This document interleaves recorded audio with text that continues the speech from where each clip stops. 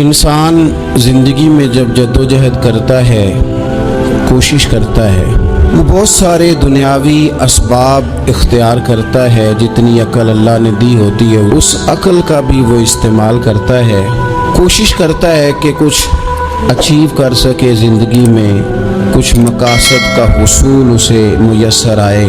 عزیز بھائیوں، ایک بات اپنے ذہن میں اچھی طرح بٹھا لیں اور لکھ لیں کہ زندگی میں جو کسی بندے کو کامیابی حاصل ہوتی ہے وہ رب تعالیٰ کی مدد سے حاصل ہوتی ہے۔ اگر رب تعالیٰ مددگار ہو تو پھر کوئی چیز بھی رستے میں رکاوٹ نہیں بنتی، اور اگر مالک کریم کو منظور نہ ہو تو انسان بہترین سیاستدان ہو، اچھا ایڈمنسٹریٹر ہو، اس کا ذہن بڑی وسعت رکھتا ہو، بڑی اچھی پلاننگ کرنا جانتا ہو، سارا کچھ ہو، تو بندہ ناکام ہو جاتا ہے۔ مسلمانوں کو جتنی کامیابیاں ملی ان کا پس منظر صرف اتنا تھا کہ اللہ تبارک و تعالیٰ نے اپنے بندوں کی مدد فرمائی، اور اب تعالیٰ نے قرآن مجید میں اس حقیقت کا بیان کیا، فرمایا بل اللہ مولاکم، فرمایا بلکہ اللہ تمہارا مولا ہے، وَهُوَ خَيْرُ النَّاصِرِينَ، اور وہ بہترین مددگار ہے۔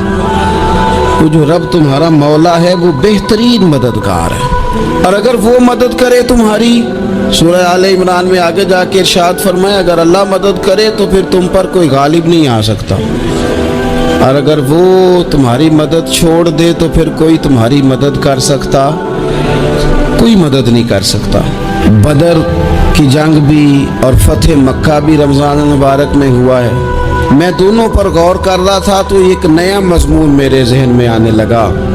بدر کی جو جنگ ہے اس میں بھی ایک عجیب انقلاب آیا ہے کہ 313 نے 1000 سے مقابلہ کیا، اور جن 1000 سے مقابلہ کیا وہ اسلحے سے لیس تھے، اور یہ جو 313 ہیں ان کے پاس 6 زرہیں، 8 تلواریں، چند گھوڑے، لیکن اللہ نے کامیابی دی تو خود رب نے بیان کیا کس طرح دی، فرمایا وَلَقَدْ نَصَرَكُمُ اللَّهُ بِبَدْرٍ وَأَنْتُمْ أَذِلَّةٌ، وہ کامیابی اس طرح ملی ہے کہ رب نے تمہاری مدد کی تھی، تم تو کمزور تھے، اللہ نے بدر میں تمہاری مدد کی، تم جیت گئے۔ وَلَقَدْ نَصَرَكُمُ اللَّهُ بِبَدْرٍ وَأَنْتُمْ أَذِلَّةٌ، اللہ نے بدر میں تمہاری مدد کی، تم تو کمزور تھے۔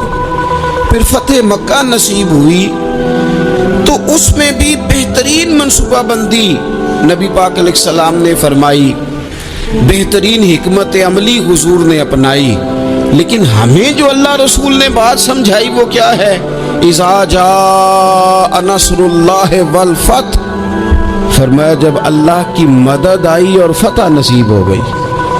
یہ اللہ نے مدد فرمائی تمہاری، یہاں بھی فتح مکہ بھی اللہ کی مدد سے، جنگ بدر بھی اللہ کی مدد سے۔ وہ جو مدد ہے اللہ تعالیٰ کی، جب وہ ہم یہ کرتے ہیں کہ ہم اپنی ساری زندگی سیاست کی نظر کر دیں، ہماری سیاست صرف ملک میں نہیں ہوتی، ہماری سیاست خاندان میں بھی ہوتی ہے، ہم گھر کے اندر بھی سیاست کرتے ہیں، ہم کسی خاص طریقے سے لوگوں کو اپنے پیچھے چلانا چاہتے ہیں، ہم ایک خاص اسلوب اختیار کرتے ہیں کہ لوگ ہمارے پیچھے چلیں۔ اس کا نقصان ہمیں یہ ہوتا ہے کہ سیاست جو ہوتی ہے یہ شطرنج کے ہیر پھیر کی طرح ہوتی ہے، تو اس کے راز بڑی جلدی کھلنے لگ جاتے ہیں، پتہ چل جاتا ہے کہ بندہ مخلص نہیں تھا، سیاست کر رہا تھا، طریقے سلیقے سے اس نے جوڑ کے رکھا ہوا تھا۔ ہم ہر جگہ سیاست کے بل بوتے پر چیزوں کو لے کے چلنا چاہتے ہیں، سیاستیں ناکام ہو جاتی ہیں، سیانے لوگ فیل ہو جاتے ہیں، بچتا صرف وہی ہے جس کے پیچھے رب تعالیٰ کی مدد شامل حال ہوتی ہے۔ اپنی زندگی کے اندر ہم جو کچھ بھی کر رہے ہیں، جس شعبے سے بھی ہمارا تعلق ہے، آج ہم نے اس بات پہ غور کرنا ہے کہ پہلے تو یہ غور کر لیں کہ جو کام ہم کر رہے ہیں کیا وہ کام ایسا ہے کہ اس میں اللہ کی مدد ہمیں ملے گی؟ اگر آپ کوئی معاذ اللہ ناجائز کام کر رہے ہیں، فعل حرام کا ارتکاب کر رہے ہیں، تو اس میں تو مدد الہی آئے گی نہیں۔ پہلے تو یہ دیکھیں جو کر رہے ہیں وہ کام مدد الہی والا ہے، اور اگر اللہ تعالیٰ کی مدد والا وہ کام ہے پھر اس پر غور کریں کہ کیا ہم نے مالک سے مدد کا سوال کیا ہے؟ ہمیں مدد میسر آ رہی ہے؟ وہ میں نے بزرگوں سے ایک بات سنی تھی، وہ بڑی یاد رہ گئی۔ وہ فرمایا کرتے تھے قابلیت بھی بڑی چیز ہے لیکن قبولیت سب سے بڑی چیز ہے۔ قابل ہونا بھی بڑی بات ہے لیکن زیادہ بڑی بات یہ ہے کہ اس کی بارگاہ میں قبول بھی ہے کہ نہیں۔ اپنی زندگی میں اللہ کی مدد کی طرف بڑھیں، مالک کی مدد کا حصول اختیار کرنے کی کوشش کریں، اللہ کے ساتھ اپنے آپ کو جوڑیں۔ اگر اللہ کی مدد نصیب ہو، یہ جو ہم جتنا ڈرتے رہتے ہیں، سہمے رہتے ہیں، پریشان رہتے ہیں کوئی کیا کر دے گا، ہمارے ہاں نا ہر شعبے میں معاذ اللہ ایک مافیا ہے، الا ماشاء اللہ۔ وہ مافیا کہتا ہے میرے ساتھ ملو گے تو میں چلنے دوں گا ورنہ میں نہیں چلنے دوں گا، مارکیٹ میں آ ہی نہیں سکتا فلانا بندہ چونکہ یہاں ہمارا قبضہ ہے۔ اور میرے بھائی پھر بہت سارے لوگ جن کی نیتیں اور ارادے بڑے اچھے ہوتے ہیں شروع میں، وہ بھی اس مافیا کا شکار ہو جاتے ہیں اور ان کے رنگ میں رنگ جاتے ہیں۔ یاد رکھنا، کسی شخص کی بلیک میلنگ کا کبھی شکار نہ ہونا، کبھی کسی کی میٹھی اور مسجع مکفہ باتوں کا شکار نہ ہونا۔ کوئی کیا کر سکتا ہے اگر اللہ مددگار ہو تو؟ جس کو رب کریم اٹھانا چاہے اسے کوئی گرا سکتا ہے؟ ہم یہ ڈرے ڈرے سہمے پریشان فیصلہ کرنے کی طاقت نہیں، مجھے چلنا چاہیے کہ نہیں، اٹھنا چاہیے کہ نہیں، کرنا چاہیے، اٹھ باندھ کمر کیوں ڈرتا ہے؟ پھر دیکھ خدا کیا کرتا ہے۔ حضرت عبداللہ ابن عباس فرماتے ہیں میرے نبی پاک علیہ السلام نے میری تربیت فرمائی، حضور نے میری تربیت فرمائی، اور محبوب پاک علیہ السلام نے فرمایا عبداللہ یاد رکھنا، یہ نوجوان دوست میری بات لکھ لیں، پریشان لوگ میری بات لکھ لیں، جن کے پاس قوت فیصلہ نہیں وہ اس بات کو لکھ لیں۔ حضرت عبداللہ ابن عباس فرماتے ہیں میرے نبی پاک علیہ السلام نے مجھ سے فرمایا تھا عبداللہ سن، اگر ساری دنیا مل کے تیرا کوئی نفع کرنا چاہے کر نہیں سکتی جب تک میرے رب کی رضا نہ ہو، اور فرمایا ساری دنیا مل کے تیرا کچھ بگاڑنا چاہے تو عبداللہ بگاڑ نہیں سکتی جب تک رب کریم کی حکمت کا تقاضا نہ ہو۔ لوگوں سے ڈرنا، لوگوں کی طرف دیکھنا، ماحول دیکھ کے اپنے راہ کا تعین کرنا، ہر بندے کے خیالات کے مطابق ڈھلنے کی کوشش کرنا، فلانا نہ ناراض ہو جائے، فلانا نہ ناراض ہو جائے، وہ جس نے ہونا ہو جائے، بس رب رسول ناراض نہ ہو۔ اپنی زندگی میں اپنے مالک کو مولا جان کے، بل اللہ مولاکم، اللہ تمہارا مولا ہے، وَهُوَ خَيْرُ النَّاصِرِينَ، وہ بہترین مددگار ہے۔ توجہ جب بھی کریں رب کی جانب کریں، اپنے دل کا قبلہ درست رکھیں، سوچوں کے زاویے سیدھے رکھیں۔ میرے بھائی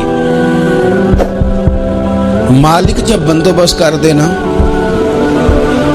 جب مالک بندوبست کرتے پھر ایسا بندوبست کرتا ہے کہ لوگوں کے پاس نا چارہ نہیں رہتا۔ حضرت مریم رضی اللہ تعالی عنہا پاک باز تھی، مسجد میں رہی تھی، پر مالک کی حکمت کے تقاضے بڑے عجیب ہیں نا۔ پھر جناب مریم کو اللہ تعالیٰ نے بغیر شوہر کی اولاد عطا کر دی۔ یہ بات ہی ایسی تھی، وہ کسی نے کہا تھا کہ مخلوق تو فنکار ہے اس درجہ کے پل بھر میں سنگے در کعبہ سے بھی اصنام تراشے، تم کون ہو کیا چیز ہے داغے کبابی، لوگوں نے تو مریم پہ بھی الزام تراشے۔ تو لوگوں نے کہا کدھر سے لے آئی بچہ، تیرا باپ تو ایسا نہیں تھا، کہاں سے لے آئی؟ اللہ کرے میں آپ کو سمجھا سکوں، ذرا اپنے آپ کو وہاں کھڑا کریں کہ ایک پاک باز عورت، پاک باپ کی بیٹی، طیب ماں کی بیٹی، اور اللہ کے گھر میں پرورش پانے والی خاتون، ایک وہ وقت اور ایک یہ وقت کہ اس عورت کو کٹہرے میں کھڑا کر کے پوچھا جا رہا ہے کہ معاذ اللہ تیری گود میں بچہ جائز نہیں ہے، کہاں سے لائی ہے؟ اب خود سے صفائیاں بندہ کتنی کو دے، کتنی کو وضاحتیں کرے۔ اور میں نے تو اپنی زندگی میں دیکھا ہے زیادہ وضاحت دینے والے کو بھی لوگ جھوٹا سمجھنے لگ جاتے ہیں، زیادہ وضاحت دینے پر بھی لوگ کمزوری کا اظہار سمجھتے ہیں کہ کمزور پڑ گیا۔ آپ صلح کی کوشش کرتے ہیں، سامنے والا بزدل سمجھ لیتا ہے، زیادہ وضاحتیں بھی کمزور کر دیتی ہیں۔ اب حضرت مریم کو کٹہرے میں کھڑا کر کے کہا بچہ کس کا ہے؟ تو پھر خدا بندوبست جب کرے، اللہ جب مددگار ہو، تو پھر حضرت مریم کی گواہی درختوں سے نہیں دلوائی، اس نے پتوں سے نہیں دلوائی، پھر فرشتے نہیں بھیجے۔ حضرت مریم کہنے لگی مجھ سے نہ پوچھو، وہ جو پنگوڑے میں ہے اسی سے پوچھ لو، ان سے پوچھو نا، وہ کون ہے پوچھ لو، ان سے کر لو سوال۔ انہوں نے کہا پنگوڑے میں چند دنوں کا بچہ یہ جواب دے گا؟ مددگار تھا رب، ان کی برات کا اعلان کرنا تھا مالک نے، اور جب مالک اعلان کر دے، جب مالک تیری صفائی دینا چاہے، جب مالک تجھے دنیا کے سامنے نکھارنا چاہے، تو پنگوڑے میں لیٹے حضرت عیسیٰ بول کے کہنے لگے انی عبد اللہ آتانی الکتاب، فرمایا میں اللہ کا بندہ ہوں، رب نے مجھے کتاب عطا کر کے نبی بنا کے دنیا میں بھیجا ہے، میں اللہ کا بندہ ہوں، کتاب لے کے آیا ہوں، نبی بن کے آیا ہوں۔ پھر پنگوڑے سے اعلان ہو گیا، پھر بچہ بول پڑا، اور یہ ایک دفعہ نہیں بات ہوئی۔ یہ بنی اسرائیل میں ایک جریج نام کے شخص بھی تھے جو نماز پڑھ رہے تھے، بعض نے لکھا ہے نفل نماز تھی، اماں نے پکارا تو آئے نہیں، تو ماں کے منہ سے نکل گیا تو اتنی دیر تک مرے گا نہیں جب تک کسی بے حیا عورت کا منہ نہ دیکھ لے۔ تو وہ عبادت گزار تھے، لیکن لوگوں نے ان کی عبادت، ریاضت، پرہیزگاری کو نہیں دیکھا، بس ایک عورت کو بھیج کے الزام لگوا دیا۔ وہ عورت آیا جایا کرتی تھی، اب آ جاتی ہیں عورتیں، مسئلہ پوچھنے کی نیت سے بھی آ جاتی ہیں۔ ماحول میں کچھ جگہ ایسی بھی ہیں جہاں عورتیں دم کرانے کے بہانے آ جاتی ہیں۔ وہ خاتون آتی جاتی تھی اس خانقاہ پہ، آستانے پہ، یہ بخاری میں موجود ہے۔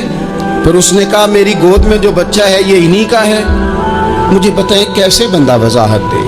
حالات خراب ہو گئے، لوگ کٹیا جلانے لگے، ماحول اور طرح کا بن گیا۔ میرے نبی پاک علیہ الصلوۃ والسلام فرماتے ہیں پھر اس رب کے بندے نے کہا مالک تو کریم ہے، تیری مشیت کا تقاضا آیا جو میری ماں نے جملے بولے تھے، پر اب میں وضاحت دینے کے قابل نہیں رہا، اب تو ہی کرم کرے گا تو دروازہ کھلے گا۔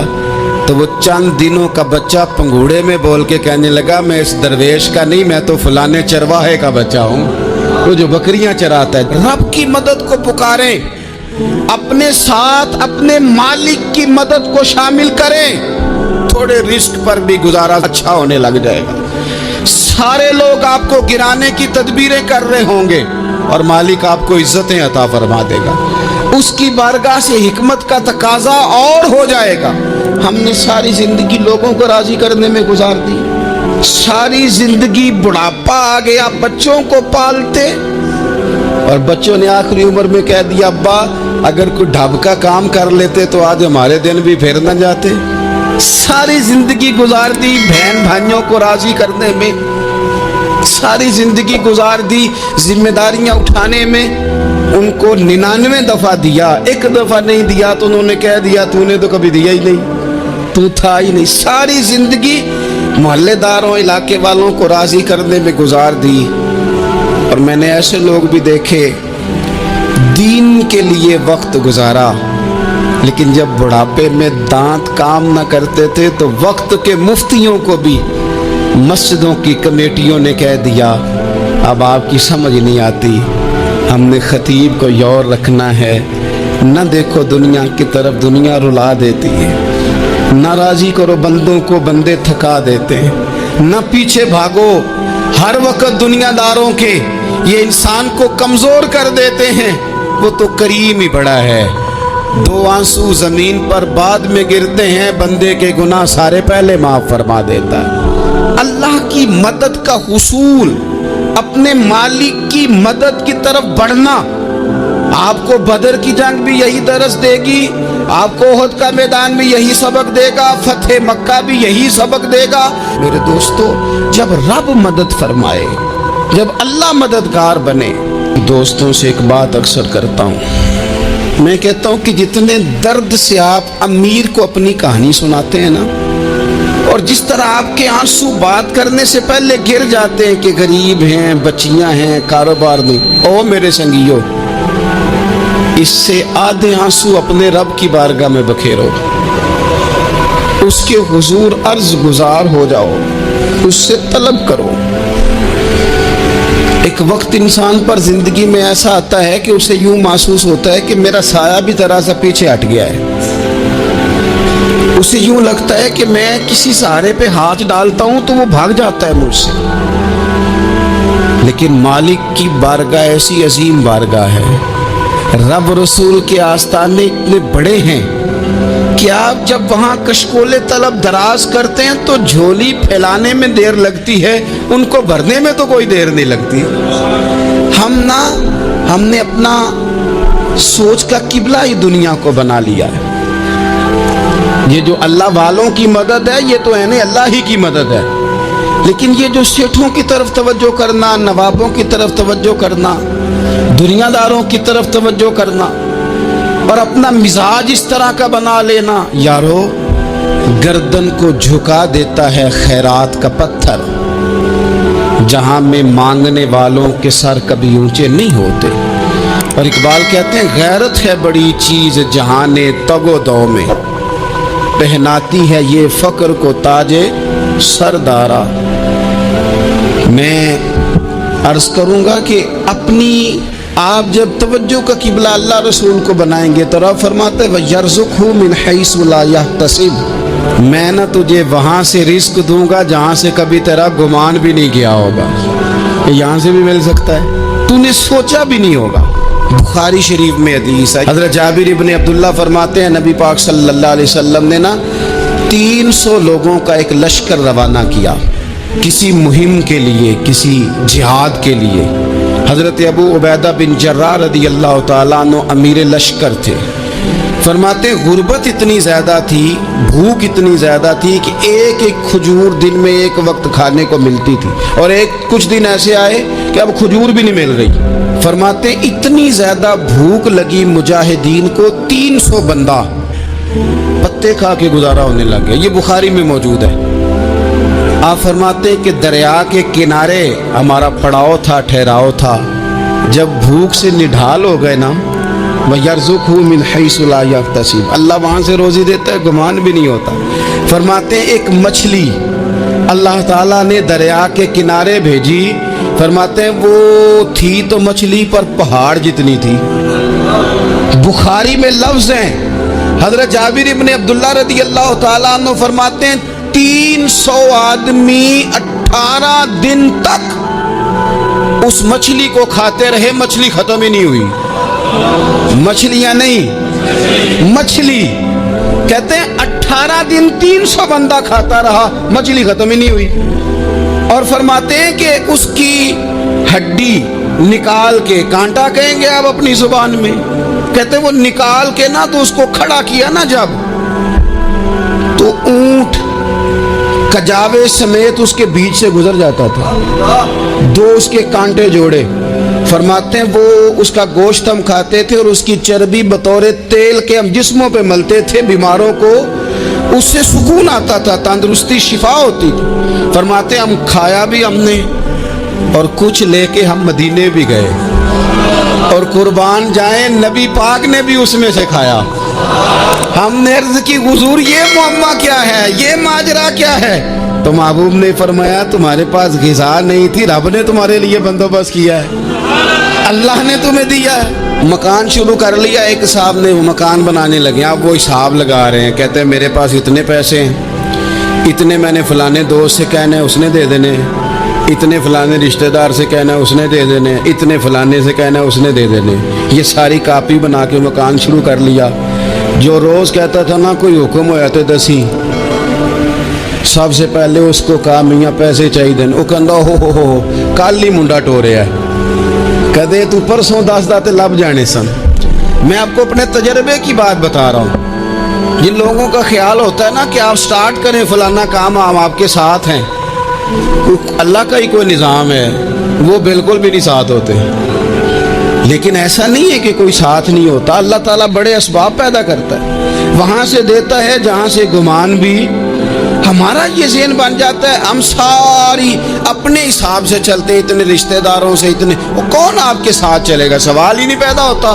یہ سارے کام چھوڑ کے سب سے پہلے 2 رکعتیں پڑھو، اپنے رب کی بارگاہ میں، رسول کائنات کی بارگاہ میں گزارشات اور استغاثے پیش کرو، وہاں سے خیر طلب کرو۔ دنیا دار کیا دیں گے؟ کیا دے سکتے ہیں؟ کیا حیثیت ہوتی ہے کسی؟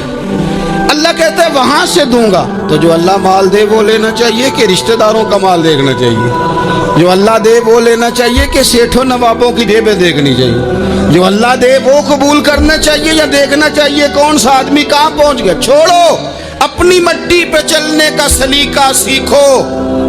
کسی کے سنگ مرمر پہ چلو گے تو پھسل جاؤ گے، پھسل جاؤ۔ اس پر ایک اور بات عرض کر دوں، صحیح بخاری سے، مسلم سے ایک اور بات۔ کچھ چیزیں ایسی ہیں جن سے اللہ کی مدد آتی ہے، مدد ملتی ہے۔